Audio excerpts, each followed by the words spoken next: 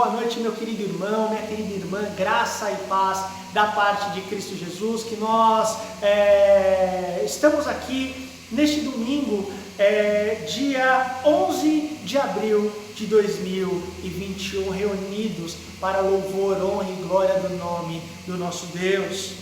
Infelizmente ainda nós não podemos nos reunir, porém nós estamos alegres, porque enquanto igreja nós estamos reunidos, não somente em um só lugar, mas em um só Espírito, que é de louvar e bendizer o nome do nosso Santo Senhor.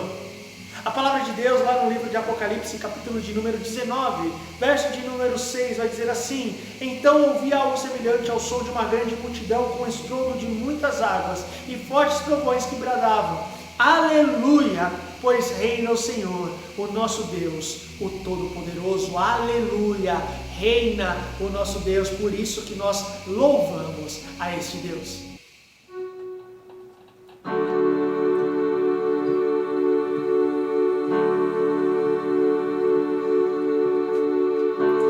Divino Cordeiro, que foi morto, Santo, Santo Ele é.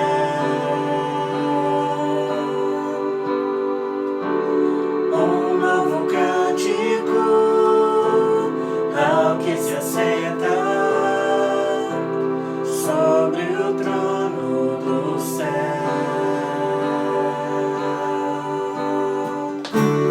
Divino Cordeiro, que foi morto, Santo, Santo Ele é.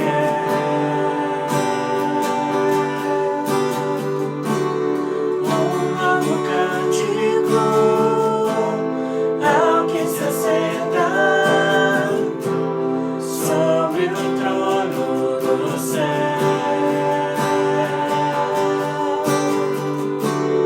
Santo, Santo, Santo, Deus Todo-Poderoso, que era e há de vir. Com a criação canto louvores ao Rei dos Reis. És tudo para mim e eu te adorarei.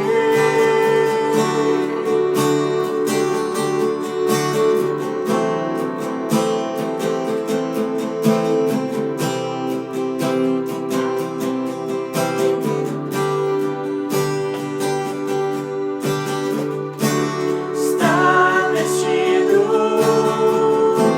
do arco-íris, som de trovão e relâmpagos,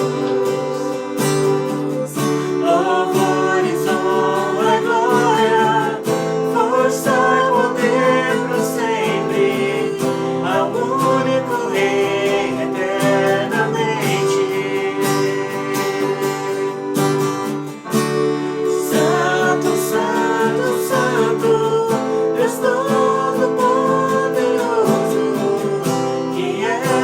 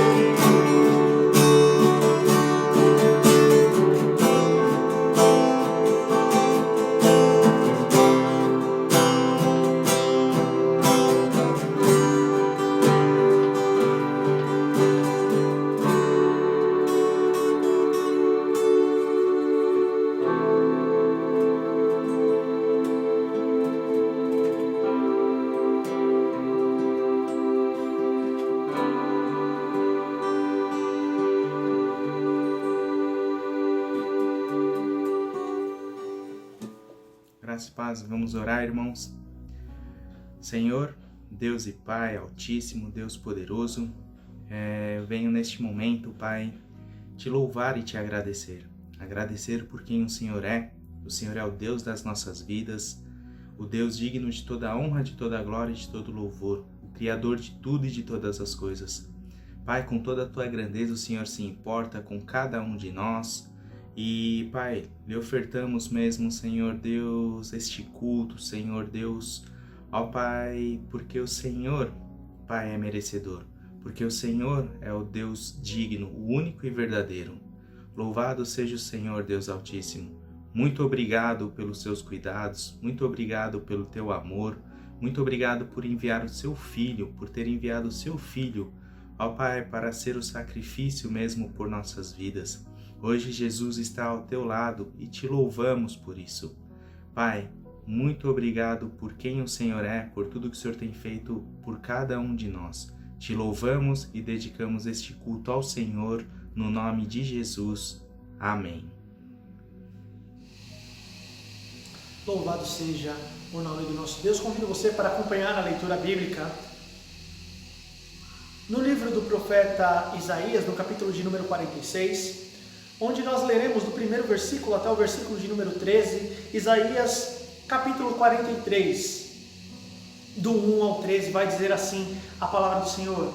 Mas agora assim diz o Senhor, aquele que criou Jacó, aquele que o formou Israel.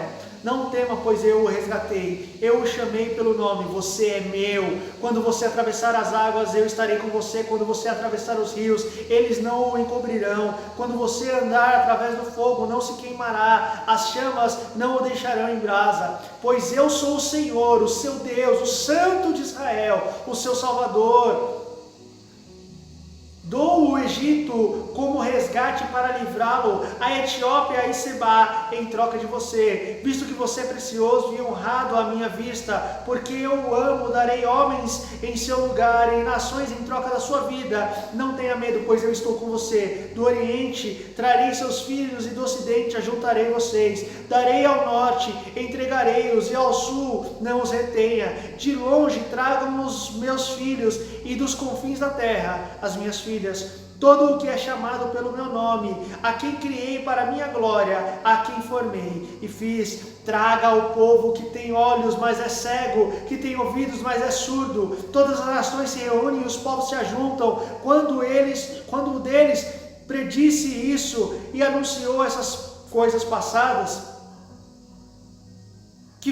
que elas façam entrar suas testemunhas para provarem que estavam certos, para que outros ouçam e digam, é verdade.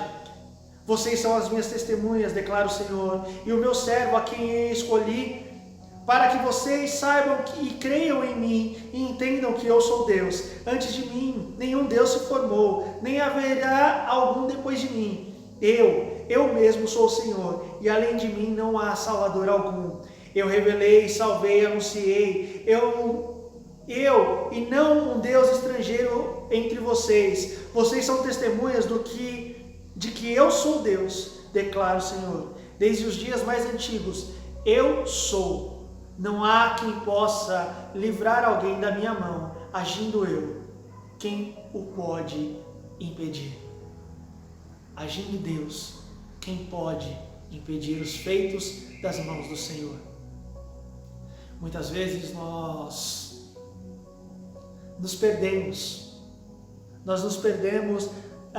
em os nossos pecados, e isso tem desagradado a Deus, porém o nosso nome está escrito lá no livro da vida, e se está escrito, nada pode nos roubar, mas a nossa satisfação, o nosso prazer deve ser a cada dia agradar a Deus. Por isso que quando nós pecamos, nós devemos buscar perdão por esses pecados cometidos, vindos das mãos do Senhor. Nós temos livre acesso ao trono de graça de Deus, ao trono de glória de Deus. Jesus nos deu livre acesso, e nesse momento eu te convido para entrar diante desse altar de graça e pedir perdão, buscar o perdão advindos da mão do Senhor. palavra do Senhor lá no Evangelho de Lucas, capítulo de número 15, verso de número 7, vai descrever assim: eu lhe digo que da mesma forma haverá mais alegria no céu por um pecador que se arrepende do que por 99 justos que não precisam se arrepender. Que nós possamos ser esse pecador que se arrepende e não ser o santarrão, a pessoa que acha que não precisa de perdão, porque nós falhamos, e que nós possamos buscar nesse momento o perdão vindo das mãos de Deus.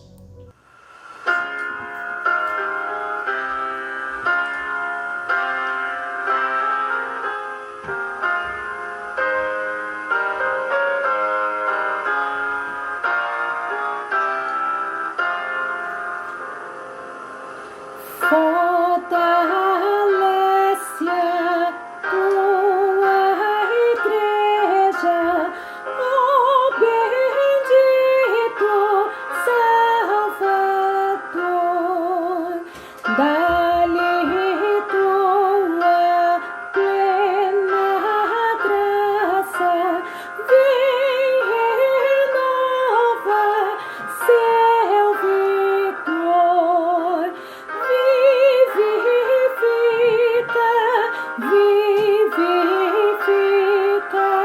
nossas almas, ó Senhor.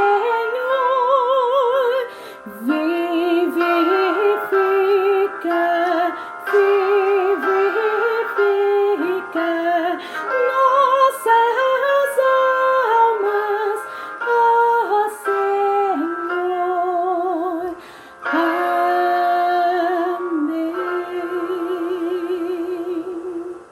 Vamos orar? Pai amado, Pai querido, Senhor, na Tua presença, quero Te agradecer primeiramente, Senhor, por tudo que Tens feito em nossas vidas, Senhor, por tudo que vais fazer.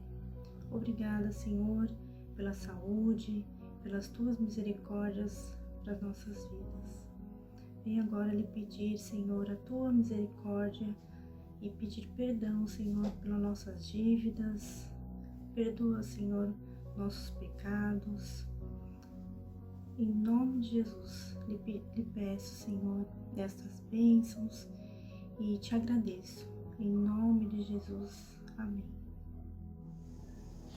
Paulo, ele diz aos Romanos, no capítulo de número 4, verso de número 7, como são felizes aqueles que têm as suas transgressões perdoadas, cujos pecados são apagados. E nós temos essa certeza de que nós fomos perdoados pelo sangue de Cristo na cruz do Calvário. Por isso que nós somos felizes, somos alegres, e alegres cantamos e louvamos ao nosso Deus. Louve ao Senhor conosco. Vamos adorar a Deus. Vamos adorar a Deus. Vamos invocar seu nome. Vamos adorar a Deus. Vamos adorar a Deus. Vamos adorar a Deus.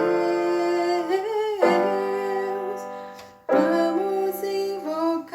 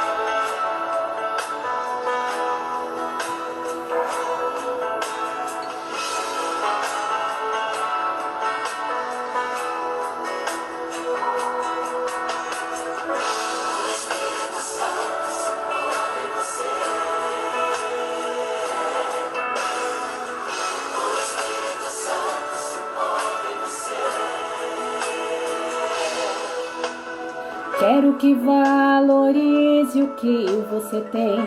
Você é um ser, você é alguém tão importante para Deus. Nada de ficar sofrendo angústia e dor neste seu complexo inferior, dizendo às vezes que não é ninguém. Eu venho falar do valor que você tem. Eu venho falar do valor que você tem. Ele está em você, o Espírito Santo se move em você, até com gemidos inexprimíveis, inexprimíveis. Daí você pode então perceber que para Ele é algo importante você. Por isso levante e cante, exalte ao Senhor. Você tem um valor, o Espírito Santo se move em você. Você tem um valor, o Espírito Santo se move em você. Você tem um valor, o Espírito Santo se move em você. Você tem um valor, o Espírito Santo se move em você. Quero que valorize o que você tem. Você é um ser, você é alguém tão importante para Deus. Nada de ficar sofrendo angústia e dor neste seu complexo inferior, dizendo às vezes que não é ninguém. Eu venho falar do valor que você tem. Eu venho falar do valor que você tem. Ele está em você, o Espírito Santo se move em você, até com gemidos inexprimíveis, inexprimíveis. Daí você pode então perceber que para Ele há algo importante em você. Por isso levante e cante, exalte ao Senhor. Você tem um valor, o Espírito Santo se move em você. Você tem um valor, o Espírito Santo se move em você. Você tem um valor, o Espírito Santo se move em você. Você tem um valor, o Espírito Santo se move em você. O Espírito Santo se move em você. Você tem um valor, o Espírito Santo se move em você.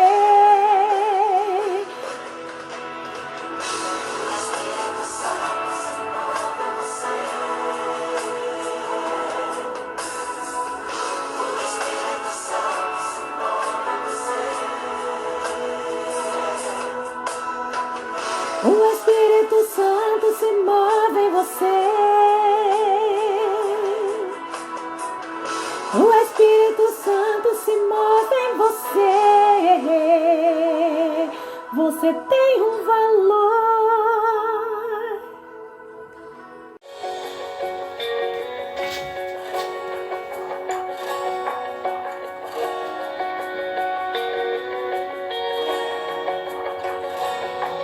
Escutas quando clamo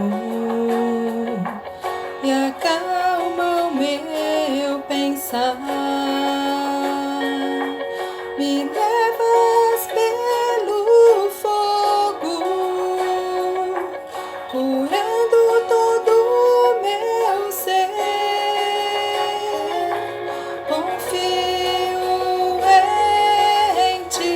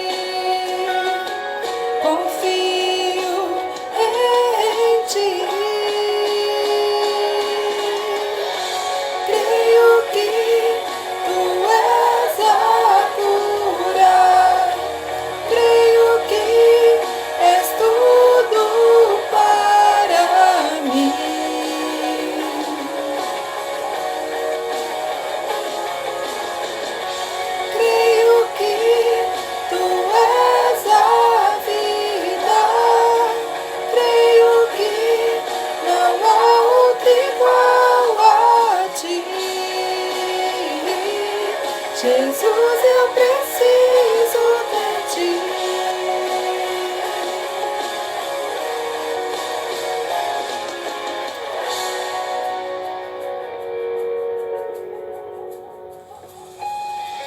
Nada é impossível para ti. Nada é impossível. Nada é impossível para ti. Tens o meu mundo em tuas mãos. Nada é impossível para ti. Nada é impossível. Nada é impossível para ti. Tens o meu mundo em tuas mãos. Creio que tu és a cura. Creio que és tudo para mim.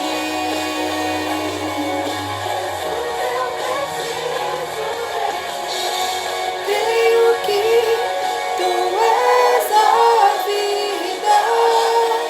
Creio que não há outro igual a ti.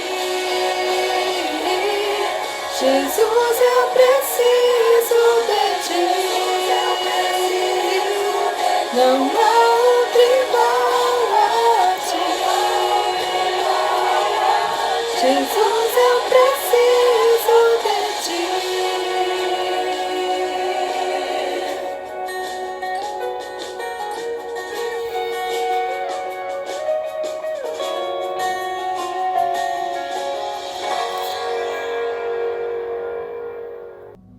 Feche seus olhos, vamos pedir a direção e a iluminação do nosso Deus neste momento, para que Ele conduza a sua palavra.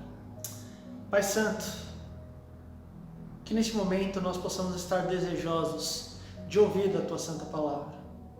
Fala com o Teu povo, fala com a Tua igreja, Senhor, neste momento, usando a minha vida, usando a minha boca, Senhor, para ser canal de bênçãos nessa noite. Ó Pai, eu quero Te agradecer por este rico momento, por esse rico privilégio que o Senhor me dá. E Te pedir, ó Pai, para que o Senhor fale, para que nós possamos Te ouvir nessa noite. Caminha com o Teu Santo Espírito em nosso meio e fala aos nossos corações através da Tua Palavra. Obrigado por essa oportunidade, Senhor, nós Te agradecemos. Amém e amém. Convido você, meu irmão e minha irmã, para abrir a sua Bíblia lá no livro de Eclesiastes, no capítulo de número 12, onde nós faremos a leitura do versículo de número 9 até o versículo de número 14. Eclesiastes, capítulo de número 12, do 9 ao 14, diz assim: Além de ser sábio, o mestre também ensinou conhecimento ao povo. Ele escutou, examinou e colecionou muitos provérbios. Procurou também encontrar as palavras certas e o que ele escreveu era reto e verdadeiro. As palavras dos sábios são como aguilhões, a coleção de seus ditos são como os pregos bem fixados, provenientes do único pastor. Cuidado, meu filho, nada acrescente a eles. Não há limite para a produção de livros, e estudar demais deixa exausto o corpo. Agora que já se ouviu tudo, aqui está a conclusão.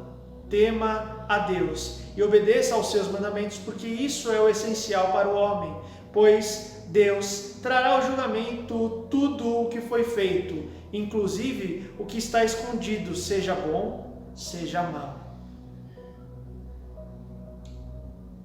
Não se esqueça do que é mais importante.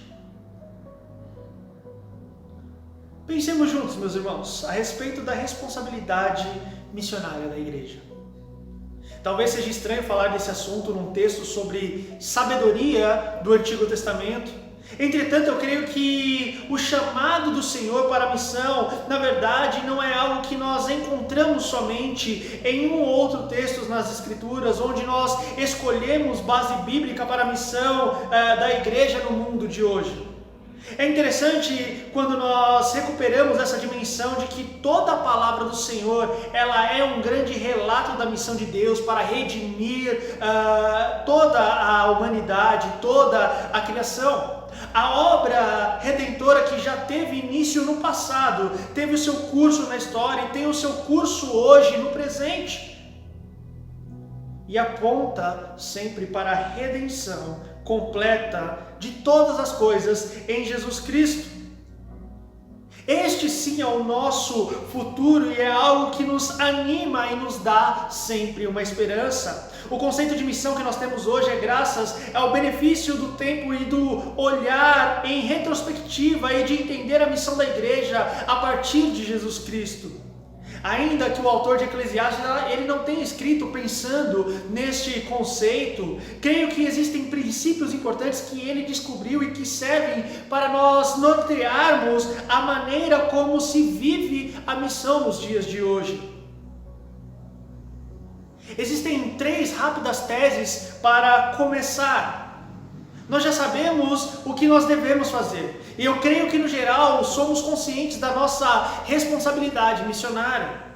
Como missionário, ou uma pessoa missional, como nós já falamos, refiro à característica da nossa fé, que deve ser pública e não deve ser privada. Compartilhada e não guardada, proclamada e não somente usufruída para o nosso bem-estar e para a nossa salvação. Nós não devemos ser, como eu posso dizer, gulosos, mesquinhos, no sentido de compartilhar a mensagem boa da salvação. Creio que, de um modo geral, que nós somos conscientes que a nossa fé ela deve ser orientada para alcançar aqueles que não conhecem ao Senhor e a verdadeira vida que Ele nos oferece.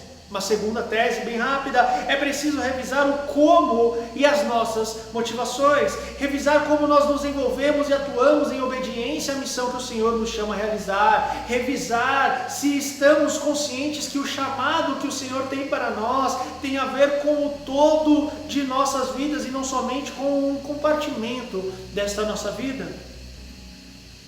Revisar se nós entendemos o chamado do Senhor tem a ver com a maneira como nós orientamos tudo o que nós fazemos na nossa vida e não somente como algo que eu faço em um dia, em uma certa ocasião ou em um certo programa missionário, em um certo culto missionário. Revisar as motivações pelas quais nós envolvemos na missão do nosso Senhor. Porque o fazemos, o que nós esperamos, o que motiva o nosso íntimo com isso.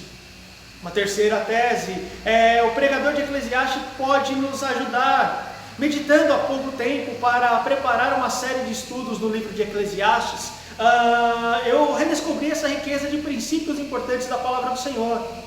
Eles podem nos ajudar a encarar algumas perguntas que nós fazemos sobre como se preparar para servir ao Senhor. Para que estudamos e nos preparamos? O que nós conseguimos com conhecimento e sabedoria que nós adquirimos em nossa vida? Em especial, pensemos no tipo de conhecimento ou de sabedoria mais precioso que nós recebemos. Aquele conhecimento de Deus, da vida eterna que Ele nos dá e que fazemos com Ele. E quando eu faço essa pergunta, para que nós nos preparamos, eu não estou pensando somente no tipo de preparação formal de escolaridade.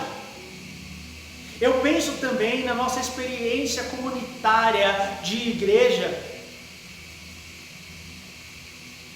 nos cursos bíblicos que nós participamos, na experiência de coinonias, de grupos familiares, de reuniões de oração, na nossa própria experiência nos cultos, os temas que buscamos trabalhar quando nós abrimos a Bíblia e refletimos juntos.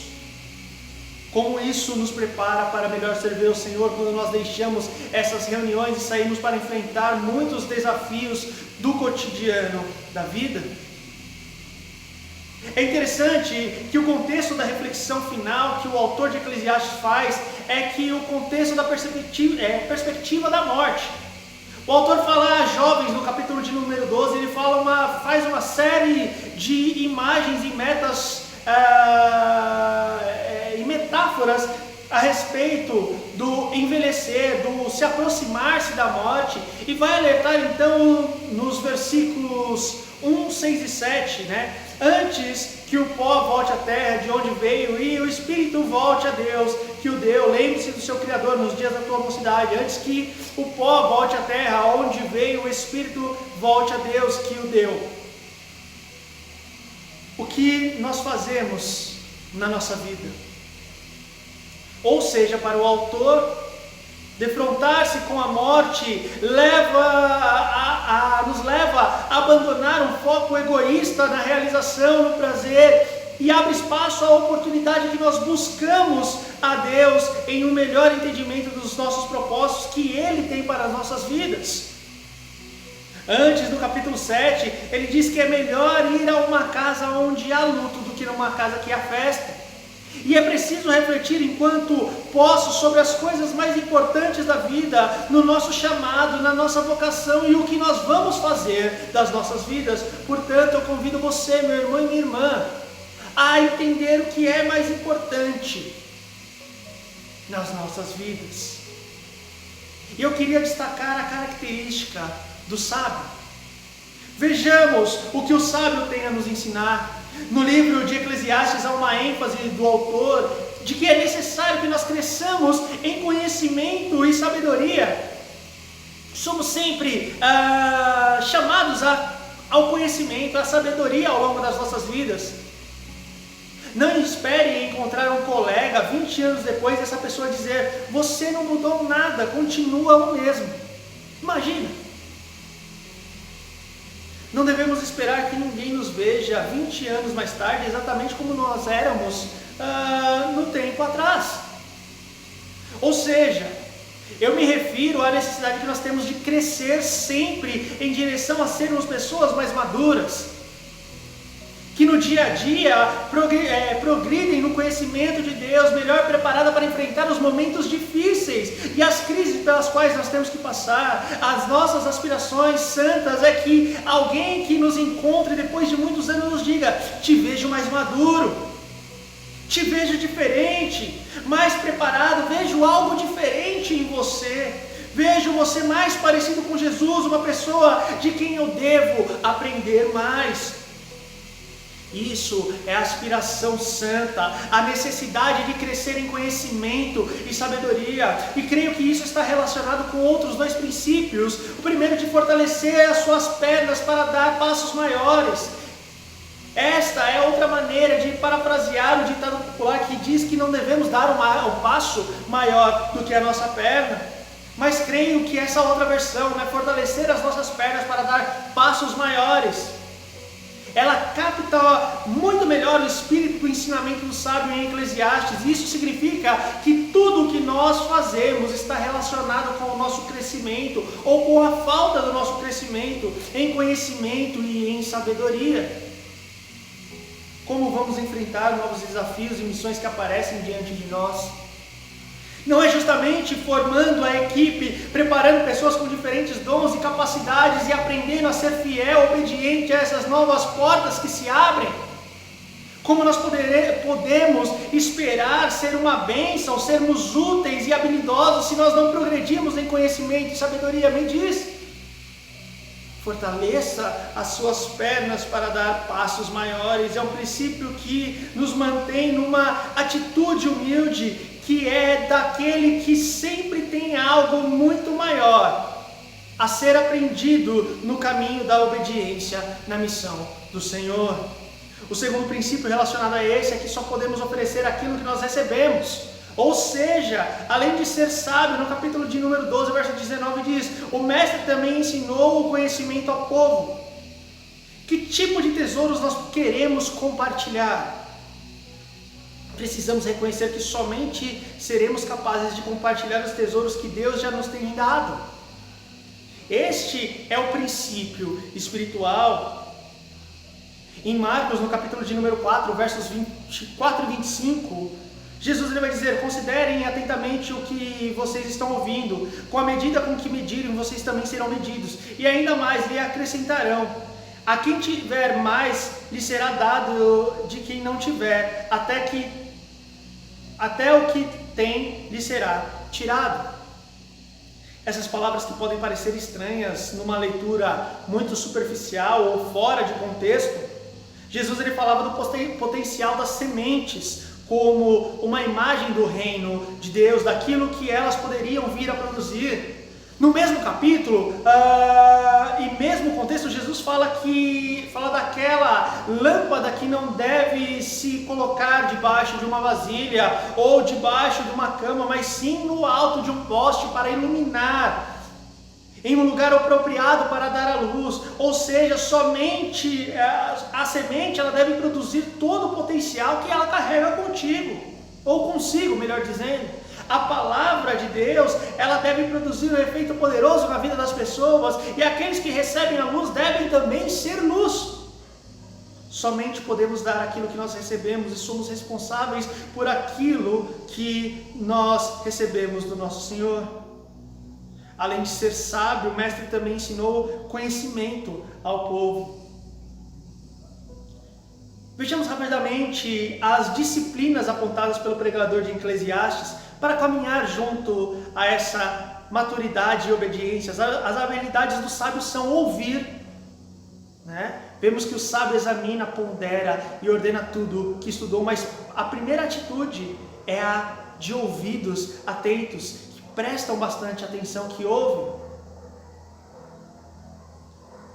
Eclesiastes 12:9, ele escutou, examinou e colecionou muitos provérbios.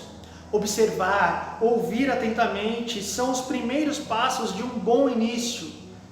Eclesiastes 5:1 e 2 nos diz: quem se aproxima para ouvir é melhor do que todos que oferecem sacrifícios sem saber que estão agindo mal. Não seja precipitado de lábios, nem apressado de coração. Depois de ouvir, o sábio também é chamado a investigar. É necessário investigar, ou seja, examinar, ponderar, considerar. São boas habilidades, boas virtudes mencionadas no texto do sábio, que leva também a sistematizar. O sábio é descrito como alguém que organizou muitos provérbios, ele colocou em ordem, literalmente, arrumou esses ditos e essas palavras de sabedoria, o que provavelmente significa que ele interpretou corretamente o seu sentido e que chegou ao entendimento adequado do que essas palavras queriam dizer. O sábio também é chamado a produzir com excelência aquilo que ele faz. Não somente ele entendeu e ordenou bem os provérbios, não somente compreendeu o seu correto significado, mas também diz o texto no verso de número 10, Eclesiastes 12:10, procurou também encontrar as palavras certas, o que ele escreveu era reto e verdadeiro. E essas palavras certas em algumas traduções aparecem como palavras agradáveis. Significa que o sábio ele buscou palavras de deleite e de desfruto. Ou seja, é muito interessante que a beleza da sua tarefa e estética daquilo que ele anuncia e faz sejam muito bem feitos. Também é considerado importante a beleza e a excelência daquilo que nós fazemos em obediência ao Senhor. Isso não deve ser considerado por nós um ornamento dispensável. A beleza ou a excelência no que nós fazemos deve ser considerada como parte intrínseca, que não se pode separar do ministério da verdade. Em 2 Coríntios, capítulo 4, verso de número 2, Paulo ele nos diz, mediante a clara exposição da verdade. Em Eclesiastes 12:10 nós lemos e o que ele escreveu era reto e verdadeiro.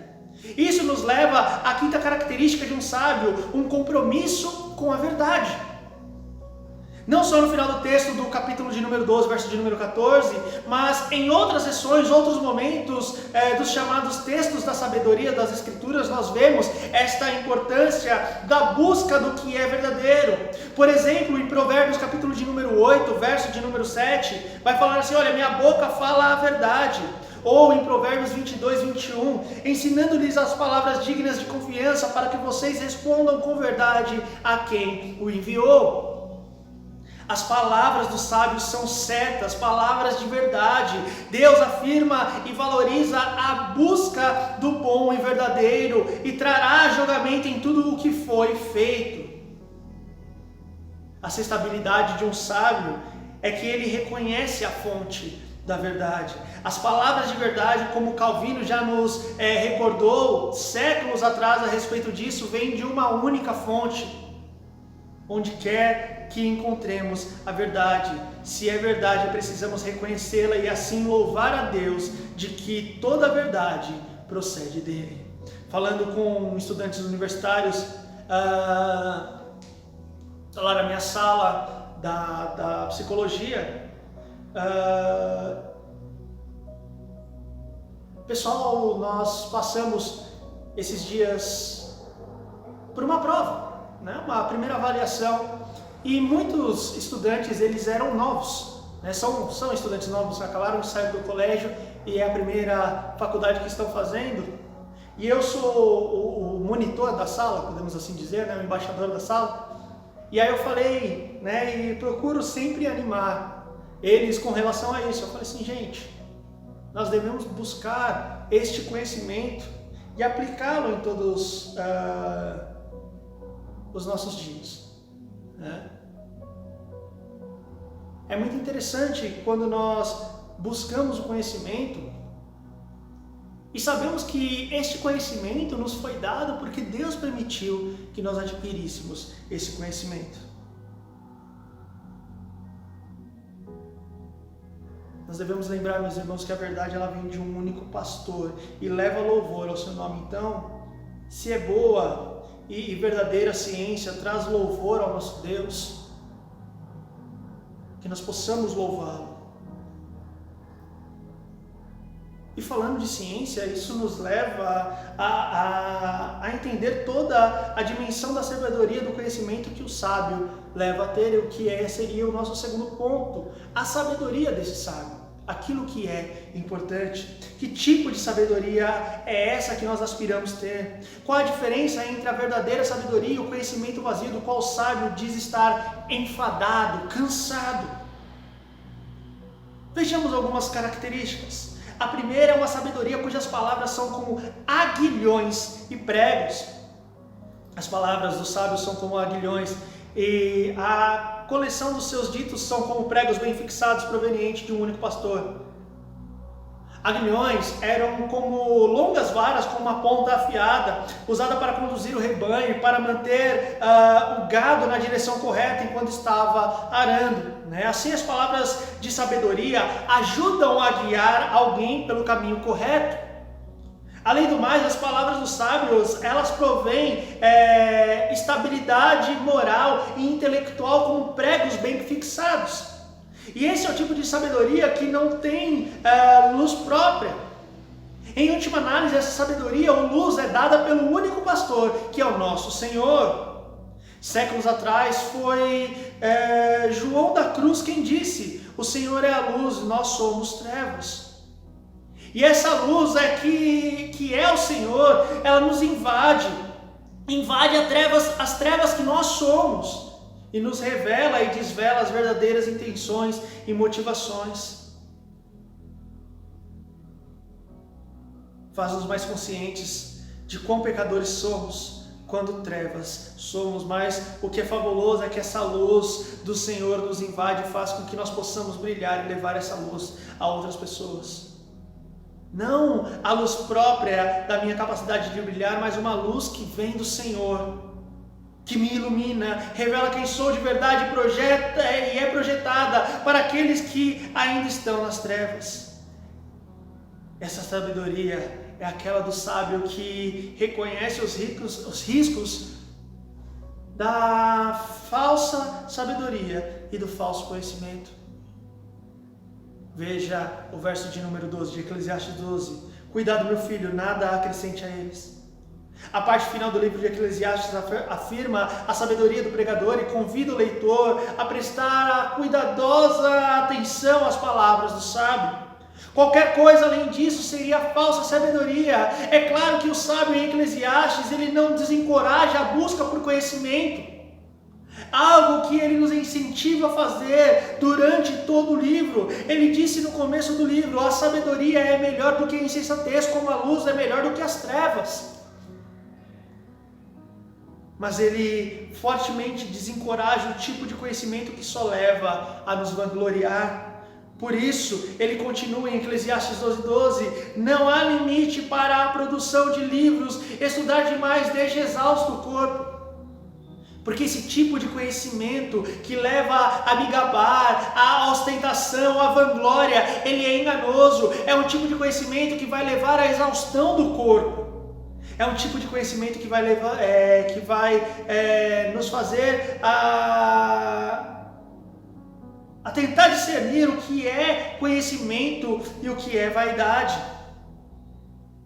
Palavra essa, vaidade, que se repete tanto no livro de Eclesiastes, que não tem valor permanente daquilo que produz o verdadeiro significado da sabedoria, verdadeira vida, e que persiste em nos fazer cair nos enganos. Devemos buscar discernir o que é útil e essencial através dos seguintes critérios. Verso de número 13. Agora que já se ouviu tudo aqui está a conclusão. Tema a Deus e obedeça aos seus mandamentos, porque isso é o essencial para o homem. O essencial para o homem deve envolver a fé genuína. Fé genuína ao Senhor. O produto que essa fé produz em nossas vidas, essas mesmas obras que serão julgadas por Deus devem ser o resultado inevitável da verdadeira fé. Mas para que nós possamos ter essa verdadeira fé baseada no conhecimento, é preciso trilhar um caminho do discernimento. E esse caminho, ele começa com o temor do Senhor. Para o sábio, temer a Deus é reconhecer também que tudo vem das suas mãos e que nós devemos dedicar a Ele todos os nossos esforços, sonhos e planos e tudo que nós fazemos na vida. Eclesiastes 2, versos 24 e 25 vai dizer assim: para o homem não existe nada melhor do que comer e beber, encontrar prazer em seu trabalho. E vi que isso também vem da mão de Deus. E quem aproveitou melhor as comidas e prazeres do que eu? Nós podemos não estar seguros a respeito do resultado dos nossos esforços e do nosso trabalho. No começo do livro do Eclesiastes há uma longa sessão em que o autor ele fala dessa frustração quanto ao trabalho, do esforço que ele põe em tantas coisas. Será que valeu a pena? Será que foi útil? Produziu algo relevante? Será que o trabalho, as obras das nossas mãos produzirão um impacto duradouro, um resultado brilhante no mundo, nas pessoas ao nosso redor? A conclusão que o sábio chega é que não sabemos e não temos o controle sobre o resultado do nosso empenho e do nosso esforço e do nosso trabalho. Está bem almejar resultados fabulosos com o nosso trabalho. É exatamente o que eu desejo no nosso trabalho e dedicação na obra de Deus aqui na IPI da Saúde. É claro sim que isso deve fazer parte do nosso horizonte. De fato, nós devemos querer ver os resultados, mas o autor de Eclesiastes nos ensina a não colocar as nossas expectativas nos resultados dos nossos esforços. Ele vai dizer que o melhor que nós podemos fazer é encontrar prazer e alegria na relação com o nosso Senhor e no mais simples dons presentes nós recebemos das suas mãos. Outro aspecto é que nós devemos obedecer os mandamentos de Deus. O sábio ele vai dizer que também é necessário obedecer os mandamentos do Senhor. Talvez seja fácil somente falar de temer ao Senhor ou de viver para sempre em sua presença, se esses forem somente os conceitos abstratos que nós manejamos. Em João, no capítulo 14, verso de número 21, Jesus ele vai dizer: quem tem os meus mandamentos e os guarda, este é o que me ama, e aquele que me ama será amado pelo meu Pai, e eu também o amarei e me revelarei a ele. Ou ainda, em 1 João, capítulo de número 4, versos 20 e 21, se alguém afirmar eu amo a Deus, mas odiar o seu irmão, é mentiroso, pois quem não ama o seu irmão, a quem vê, não pode amar a Deus, a quem não vê. Ele nos deu este mandamento: quem ama a Deus, ame também o seu irmão. Nós somos exortados a uma obediência em atos concretos de amor para com Deus e para com o nosso vizinho. Em terceiro, nós devemos prestar contas com Deus. O autor de Hebreus, lá no seu livro, na sua carta, no capítulo de número 4, verso de número 13, ele vai dizer assim: nada em toda a criação está oculto aos olhos de Deus, tudo está descoberto, exposto diante dos olhos daquele a quem havemos de prestar contas. Se Deus é o nosso justo juiz, isso sempre deve nos fazer recordar a necessidade de prestar contas a Ele, considerando toda a vida, o conhecimento que Ele nos permitiu adquirir, todas as oportunidades que Ele já nos deu. É só olhar para as nossas vidas, um exercício bastante pessoal das nossas histórias pessoais até os dias de hoje. Em um exercício comunitário, por exemplo, basta olhar para as pessoas ao nosso redor. Pensem em quantas pessoas com dons diversos, capacidades especiais que temos ao nosso lado. Espero que esse tipo de perspectiva produza em nós uma atitude adequada, em que nós busquemos ser bons mordomos do tempo e das oportunidades que Deus nos dá. Uma outra lição é que nós devemos descansar no juízo de Deus. Verso de número 14 do nosso texto: pois Deus trará o julgamento a tudo que foi feito, inclusive tudo que está escondido, seja bom ou seja mal. A ideia de julgamento deve provocar, imagino eu, calafrios de pavor em algumas pessoas. Mas para aqueles que são crentes no Senhor, são verdadeiros cristãos, que buscam ser sempre fiéis aos seus caminhos, creio que o juízo do nosso Deus deve produzir uma atitude diferente. O juízo de Deus deve ser a esperança final sobre a qual nós descansamos. Podemos sim confiar, podemos sim esperar com certeza que tudo aquilo que sofre pelas mãos da injustiça, todo o pecado, toda a maldade será finalmente redimido no dia do nosso Senhor. Podemos também confiar que cada ato e obra feita nesse mundo, com o adequado uso do conhecimento que o Senhor nos deu, serão colocados naquele dia para trazer glória ao nosso Senhor, na redenção final de toda a criação e na transformação em novo céu e nova terra. Então vale a pena fazer o que Deus chama a cada um de nós fazer, em obediência à missão para Ele e para a sua glória. Gostaria de concluir lembrando e resumindo o que foi compartilhado. Nós devemos buscar relembrar 3 pontos. Primeiro, que é compartilhar o conhecimento, em especial o conhecimento mais precioso, que é o da vida verdadeira em Jesus Cristo. Que você possa ensinar e seja responsável com tudo aquilo que você já aprendeu, com o fim de servir e abençoar outras pessoas. Essa é a atitude adequada com as quais nós recebemos o Senhor. Segundo, fazer tudo com excelência, com beleza, com retidão, buscando conduzir as pessoas pelo caminho da verdade. Terceiro, dedique-se tudo o que você faz ao Senhor. Consagre tudo a Ele. Confia nele, confia que assim, nele todo esforço é digno, cada ato, cada obra, os vistos e os não vistos, os que são reconhecidos e os contados as histórias a respeito dele, aqueles muitos outros que não vão contar a história, mas consagre e entregue tudo a Deus, porque quando os feitos em obediência a Ele, em missão no mundo, vale a pena todo esforço, todo empenho. Que nós possamos, então, lembrar daquilo que é mais importante, servir ao Senhor. Todo conhecimento vem das mãos de Deus para o serviço de Deus. E que Ele assim nos abençoe. Reflitamos nisso que nós ouvimos nessa noite, enquanto ouvimos o último cântico. E que Ele assim nos abençoe.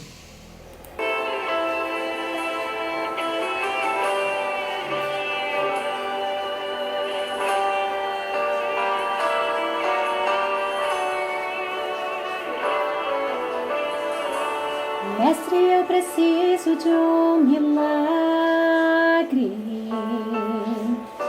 Transforma minha vida, o meu estado.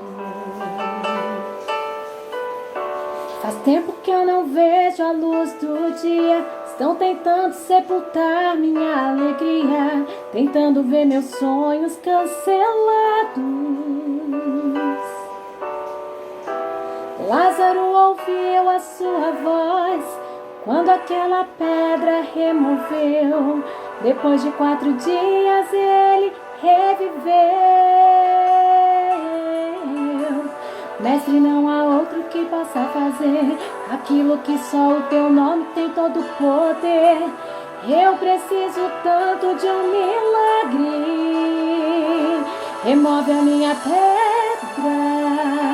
me chama pelo nome, muda a minha história, ressuscita os meus sonhos, transforma a minha vida, me faz um milagre, me toca nessa hora, me chama para fora, ressuscita-me. Mestre, eu preciso de um milagre. Transforma a minha vida, o meu estado. Faz tempo que eu não vejo a luz do dia. Estão tentando sepultar minha alegria, tentando ver meus sonhos cancelados. Lázaro ouviu a sua voz quando aquela pedra removeu. Depois de 4 dias ele reviveu. Mestre, não há outro que possa fazer aquilo que só o teu nome tem todo o poder. Eu preciso tanto de um milagre. Remove a minha pedra, me chama pelo nome, muda a minha história, ressuscita os meus sonhos, transforma a minha vida, me faz um milagre, me toca nessa hora, me chama para fora, ressuscita-me. Tu és a própria vida, a força que há em mim. Tu és o Filho de Deus, que me ergue pra vencer. Senhor de tudo em mim, já ouço a tua voz, me chamando pra viver uma história de poder. Remove a minha pedra, me chama pelo nome, muda a minha história, ressuscita os meus sonhos, transforma a minha vida, me faz um milagre, me toca nessa hora, me chama para fora, remove a minha pedra, me chama pelo nome, muda a minha história, ressuscita os meus sonhos, transforma a minha vida, me faz um milagre, me toca nessa hora, me chama para fora, ressuscita-me.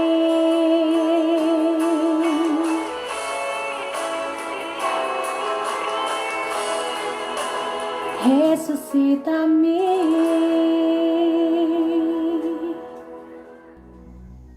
Oremos assim, encerrando nosso culto, pedindo uma semana abençoada para o nosso Deus. Pai, nós te agradecemos, porque a Tua Palavra nos mostra qual é o conhecimento mais importante, nos mostra tudo aquilo que é mais importante, que é louvar a Ti, que é bendizer o Seu santo nome, que é fazer a Tua obra, Senhor, aplicar todo o conhecimento que nós conseguimos, que nós adquirimos vindos dos altos céus em prol do reino de Deus. E nós somos gratos a isso, por isso nós te pedimos, Senhor, nessa semana que nós possamos aplicar este conhecimento vindo dos altos céus a este mundo perdido e carente do Senhor.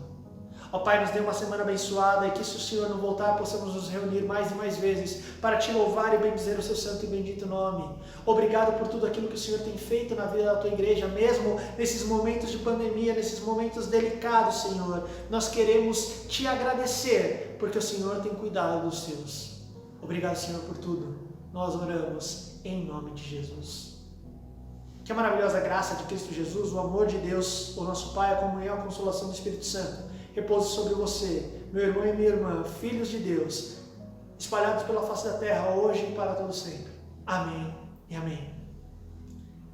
Eu convido você, meu irmão e minha irmã, para ficar ligado aos nossos avisos, aos nossos encontros semanal. Então, de segunda a quinta, nós temos aí o nosso encontro, a nossa reunião de oração. Sexta-feira nós temos também a nossa reunião de oração chamada Encontro com Deus, com uma breve meditação. Aos sábados temos Sábado Alegre, no domingo Escola Bíblica Dominical e culto vespertino. Na próxima semana nós temos também o nosso encontro. No sábado nós temos o nosso encontro, o nosso culto de confraternização. Portanto, você é o nosso convidado a estar conosco. Todos esses encontros, com exceção do nosso culto, que é transmitido aqui pelo YouTube, é feito pela plataforma Zoom. E se você não é um membro da nossa igreja, não faz parte do nosso grupo de WhatsApp e queira participar conosco nesses eventos, procure-nos nas redes sociais, lá no Facebook e no Instagram, mande uma mensagem que nós enviaremos os links dessa programação do Zoom, que acontece pelo Zoom, para que você esteja conosco. Será um grande prazer e uma grande alegria